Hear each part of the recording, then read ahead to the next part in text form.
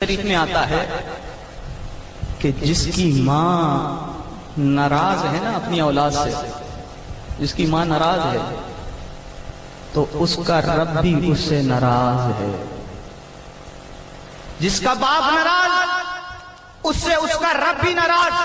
اب آگر وہ یہاں پر نمازیں پڑھتا رہے، نمازیں پڑھ کر نماز کے بعد قرآن کی تلاوت بھی کرتا رہے، باہر جب گیٹ پر نکلے تو کسی فقیر کو وہ صدقہ بھی ادا کرتا رہے، اور کہیں آگے چلا جائے تو لنگر بھی کھلاتا رہے، غریبوں کی مدد بھی کرتا رہے، صدقہ جاریہ بھی کرتا رہے. لیکن باپ اگر ناراض ہے نا تو ان تمام کاموں کا کوئی فائدہ نہیں ہو سکتا.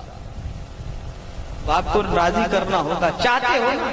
مقصد کیا ہے ان سب کاموں کا؟ میرا رب مجھ سے راضی ہو جائے، میرا رب مجھ سے راضی ہو جائے. لیکن کبھی یہ سوچا کہ رب کو راضی کرنا ہے تو پہلے اپنے باپ کو راضی کرنا ہوگا، رب کو راضی کرنا ہے تو پہلے اپنی ماں کو راضی کرنا ہوگا.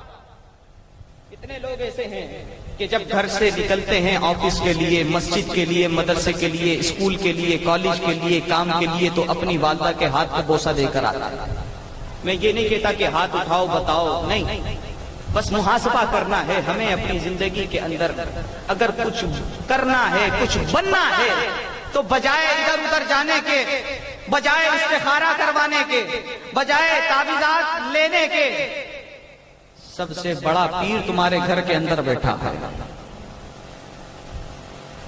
میں مغرب کی نماز کے بعد مصلی پر بیٹھا تھا، آج کی بات ہے، تو ہمارے ایک نمازی ہیں، انہوں نے کہا کہ قرآن خوانی کروانی ہے اور آپ عشاء کے بعد تشریف لائیں، اور 8 نمبر مارکیٹ میں دکان لی ہے، آپ نے فیتا کاٹنا ہے، آپ سے فیتا کٹوائیں گے. تو میں نے کہا کہ یار فیتا کٹوانے کے لیے کسی اور بندے کو بلاؤ، یار یہ ہمارا کام تھوڑی ہے، ہم اس لیے تھوڑی بیٹھیں کہ ہم فیتا کاٹے جا کر دکانوں کے اندر. کہا نہیں، آپ ہمارے لیے باعث عزت ہیں. میں نے یہ کہا، یہ بتاؤ تمہارے والد زندہ؟ کہنے لگا نہیں، والد تو انتقال کر گئے، والد کو انتقال ہوئے کئی سال گزر گئے. والدہ زندہ ہے؟ کہاں والدہ زندہ ہے. میں نے بولا پھر یار تم یہاں کیوں آئے ہو میرے پاس؟ جاؤ اپنی والدہ کا ذہن بناؤ اور انہی کے ہاتھوں سے دکان کا افتتاح کروانا. بھائی ہمیں کیوں لے کے جاتے ہیں؟ آپ آئیں گے تو برکت ہوگی. میں نے کہا اگر اس سے بھی زیادہ برکت چاہتے ہو، ہم گارنٹی نہیں دیتے کہ ہمارے آنے سے برکت ہوگی نہیں ہوگی، لیکن ایک عمل ایسا بتا دیتے ہیں کہ گارنٹی لے لو، اگر وہ ہستی تمہاری دکان پر چل کر آ گئی اور دل سے دعا دے دی تو تیرا کاروبار پھر چلتا ہی رہے گا انشاءاللہ. اپنی والدہ ہیں تو والدہ سے کروائیں، والد ہیں تو والد کو لے کے جائیں، دکان پر بٹھائیں، آفس میں لے کے جائیں، ملاقات کروائیں، ان کی خدمت کریں. جب آپ چھوٹے تھے نا، چھوٹے، ایک چیز کا اگر 10 بار بھی پوچھتے تھے نا کہ ابا جی یہ کیا ہے، چل رہے تھے راستے میں جا رہے تھے، ابا جی نے ابو جیسے پوچھ لیا بابا یہ کیا ہے؟ یہ بیٹا یہ پانی ہے. اچھا. روڈ سے گزر رہے تھے، تھوڑا سا آگے چلے تو دریا آ گیا. ابا جی یہ کیا ہے؟ بیٹا یہ پانی ہے. اچھا. تھوڑا سا وہ آگے چلا بچہ، اس کے ذہن میں بات آئی کہ پیچھے بھی پانی تھا، یہ بھی پانی ہے. پھر تھوڑا آگے گیا، ایک نہر آ گئی. ابا جی یہ کیا ہے؟ بیٹا یہ بھی پانی ہے. سوالات اس کے ذہن میں آ رہے ہیں کہ پانی یہ بھی تھا، وہ بھی ہے، یہ بھی ہے. اب آگے گیا تو پھر ایک تالاب آ گیا. بابا یہ کیا ہے؟ کہا بیٹا یہ بھی پانی ہے. تھوڑا آگے گیا، ٹیوب ویل میں سے ایک پانی کا چشمہ، ایک نکلتا ہوا پانی نظر. بابا یہ کیا؟ بیٹا یہ بھی پانی ہے. تھوڑا سا آگے گیا، سمندر تھا. کہا بابا یہ کیا ہے؟ بابا بیٹا یہ بھی پانی ہے. اس باپ نے کبھی جھڑک کر یہ نہیں کہا کہ بیٹا تمہیں پتا نہیں ہے کہ جب تم نے وہاں پر پہلی دفعہ جو نقشہ دیکھا تھا، جو چیز، جو شے دیکھی تھی وہی تو ہے، اب کیوں سوال کرتے ہو؟ جب آگے چلے تو دریا کے اندر وہی چیز تو تھی جو روڈ پہ پڑی تھی. جب آگے جا کر نہر میں پہنچے بیٹا، نہر میں وہی چیز تو تھی جو دریا میں دیکھی تھی. جب آگے جا کے تالاب پر پہنچے بیٹا، وہ جو تم نہر میں دیکھ کر آئے تھے وہی تو اس کے اندر ہے. جب دریا پر پہنچے تو یہ نہیں کہا کہ بیٹا جو تالاب میں دیکھ کر آئے تھے وہی تو یہ ہے. کہ جب باپ کے بیٹے کے بار بار پوچھنے پر باپ ایک مرتبہ بھی جلال میں غصے میں نہیں آیا، بلکہ ماتھا چوم کے ہر بار اس کے سوال کا جواب دیتا رہا۔ اللہ اکبر۔ اب جب اسی بیٹے کو اللہ نے جوانی عطا کی، ماں باپ کی دعاؤں سے ایک اچھے منصب پر فائز ہو گیا، اب اسکول کے اندر کالج کے اندر ایک مقابلہ تھا تقریر کے مقابلے کے اندر فرسٹ پوزیشن لینے کے بعد جب اس کو ایک لیپ ٹاپ گفٹ دیا گیا، لیپ ٹاپ سینے سے لگا کر جب یہ گھر کے اندر داخل ہوا، بوڑھا باپ چرپائی پر لیٹا ہوا ہے، کہا بیٹا ادھر آؤ، یہ تمہارے ہاتھ میں کیا ہے؟ ابا جی یہ لیپ ٹاپ ہے۔ کہا بیٹا کیا ہے؟ کہا لیپ ٹاپ ہے۔ پاپ ٹاپ ہے؟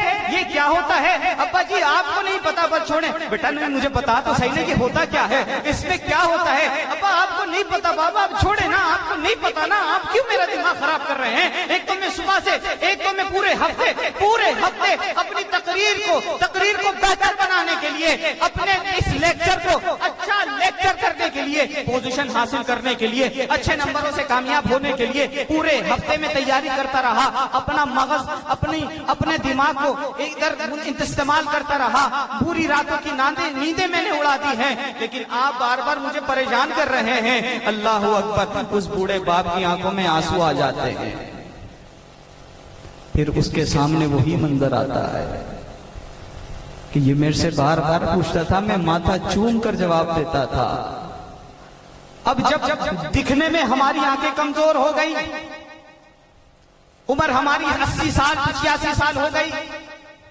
70 سال ہو گئی، آنکھوں سے کمزور نظر آنے لگا ہے، آنکھوں سے صحیح طرح دیکھ نہیں سکتے۔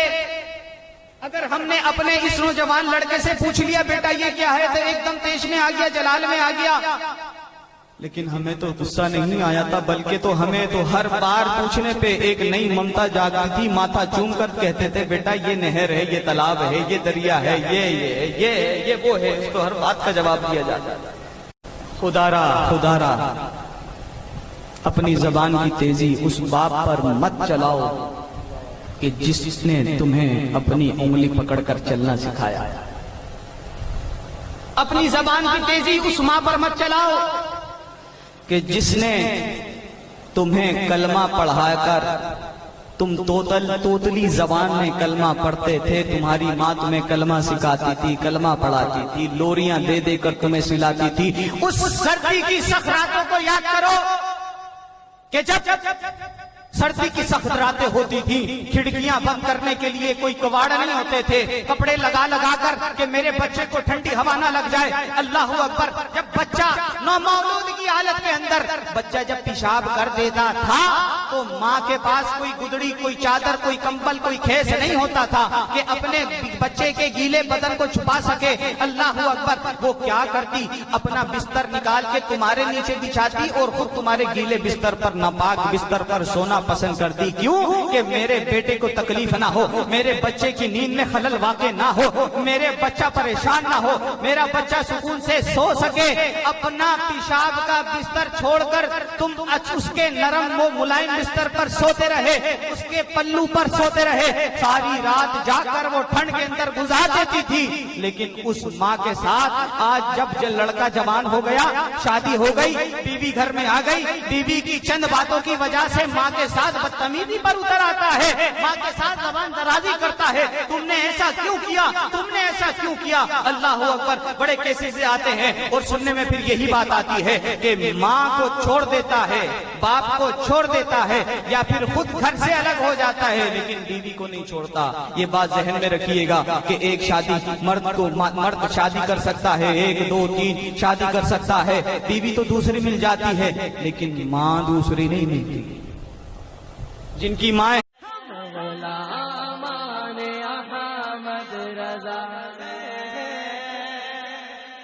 کوئی بھی ہم سے جیتا نہیں۔